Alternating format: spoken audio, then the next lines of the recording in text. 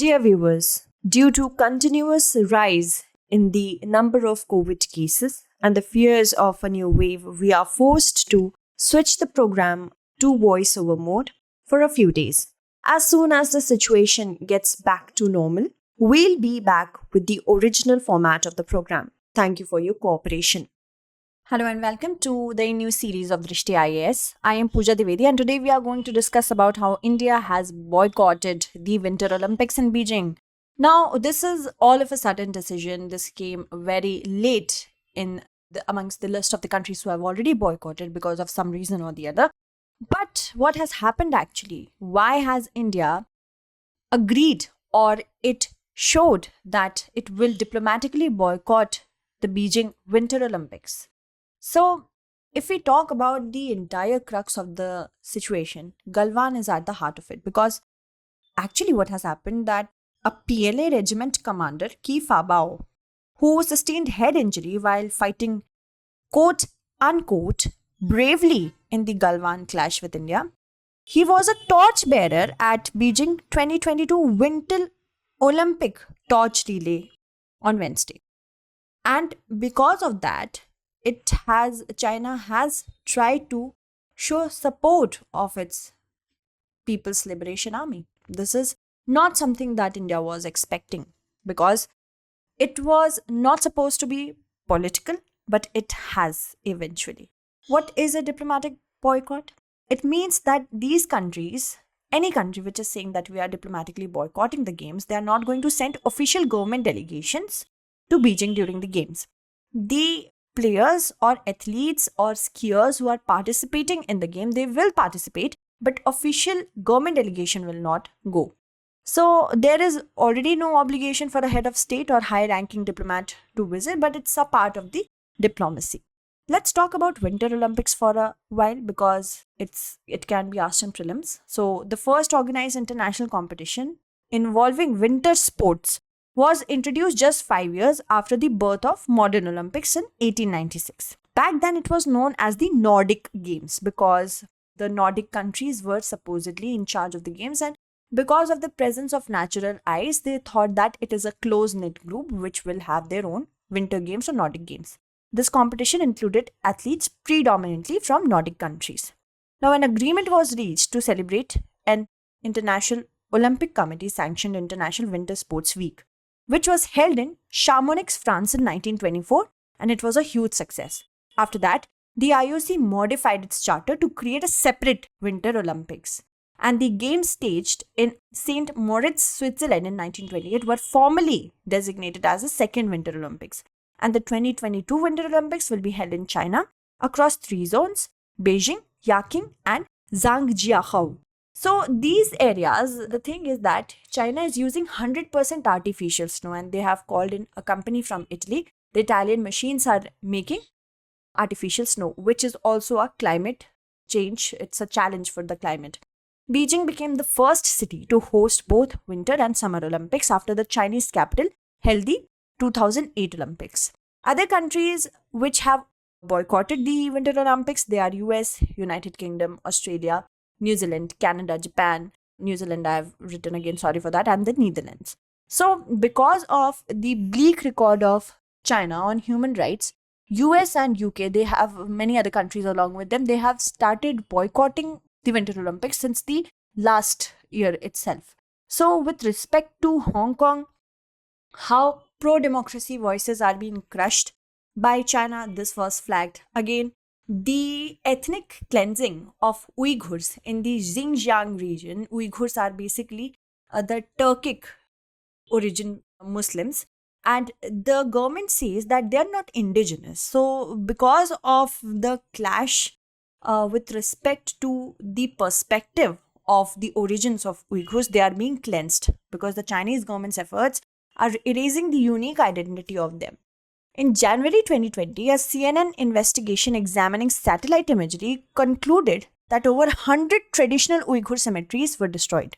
In August, another satellite imagery study by BuzzFeed revealed that Xinjiang authorities had built over 260 massive detention structures since 2017, and some released Uyghur detainees are forced to work in factories and fields inside and outside Xinjiang. under what the authorities are saying, these are poverty alleviation efforts. So the US and Australia also cited the treatment of Peng Shuai.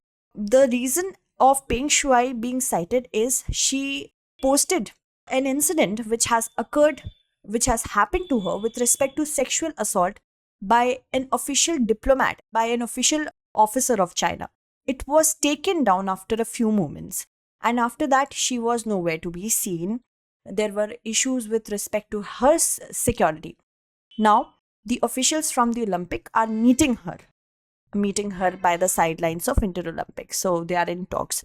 But one of those contributing reasons were that as well. So Peng Shuai is a Chinese tennis player, and because of such incidents, the games have become very controversial. If we talk about background, of course, the Galwan Clash, in which both India and China lost many of their important soldiers, this lies at the heart of the entire boycotting of Winter Olympics. Now, in the reasons we talk about, the report, one of the report has said that in April 2020, Chinese forces began ramping up activities in the Galwan Valley, and they were setting up infrastructure such as tents, dugouts, and machinery in the buffer zone. Now, on June 6, 2020, nearly 80 PLA soldiers came to dismantle the temporary Indian bridge. It was then agreed to withdraw all personnel who crossed the buffer zone. Now, the June 15th clash occurred as Colonel Key ordered his troops to form a battle formation instead of discussing the issue on the lines of mutual consent made on June 6, 2020. Okay? And because China repeatedly refused to go back, there were clashes, and according to an Australian report, it is said that 38 soldiers of China has not actually come out with an official report itself, but 38 Chinese soldiers were killed. So, this is the report by Australian media that I was quoting. There were certain other incidents, and it's not that India did not try to solve it diplomatically and amicably. Prime Minister Narendra Modi ji hosted the President Xi Jinping at Ahmedabad in September 2014, and he talked back then. Transgression by the PLA in Chumar in East Ladakh was also happening. He tried to talk, he went out of his way in hospitality, because such things might be better to be solved diplomatically rather using any military means.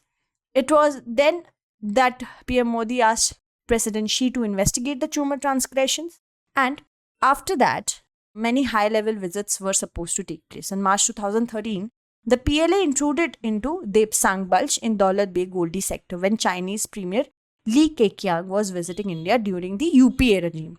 So, it still has not been solved because China is not ready to inculcate India's consideration.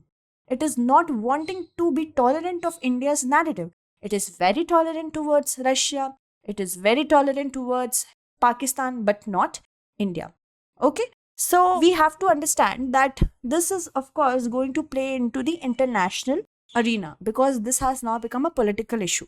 Chinese president is already meeting and has met, of course, the president of Russia on the sidelines of the Winter Olympics. They are going to talk about the Ukrainian crisis.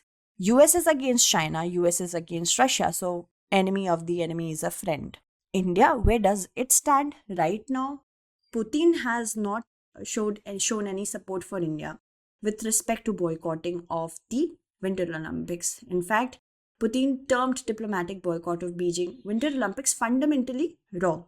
And US lawmakers, however, have lauded India for diplomatic boycott of Beijing Olympics. They have also termed China's action as shameful of making the injured and brave soldier of PLA as torchbearer because they have politicized the situation. Now, China has said that it is not bordered at all. They are saying that whether they will come or they won't come, the event will happen. It's being successfully happening. Now, none of the major sponsors or broadcasters have so far pulled off, but Prasar Bharati has, of course, and most top athletes are already in Beijing. Many fundamental things might go wrong if complete boycott is there because many people have already invested and this might, of course, become a much more serious situation than it already is. In fact, the US has even said that it will fully support its athletes, even as they diplomatically boycott the Winter Olympics. And there are all the fears that the move led by the US could provoke China to do the same, because the US and Australia are hosting Summer Olympics in 2028 and 2032 respectively. So here are the prelims or other examination facts. So, no athletes, they also haven't withdrawn from Beijing Games. India will continue to represent by just one athlete. It's an alpine skier, Arif Khan, remember the name. Doordarshan's decision to not telecast live the opening and closing ceremonies of the Winter Olympics will impact the TRP of the event. The announcement had come after the Indian government refused to send its envoy, that is, diplomatic boycott. So, in question, what do you understand about diplomatic boycott? How does it impact the current situation in international relations? So that's it for today. Tomorrow we shall meet again with another segment. Until then, stay updated and thank you so much for watching.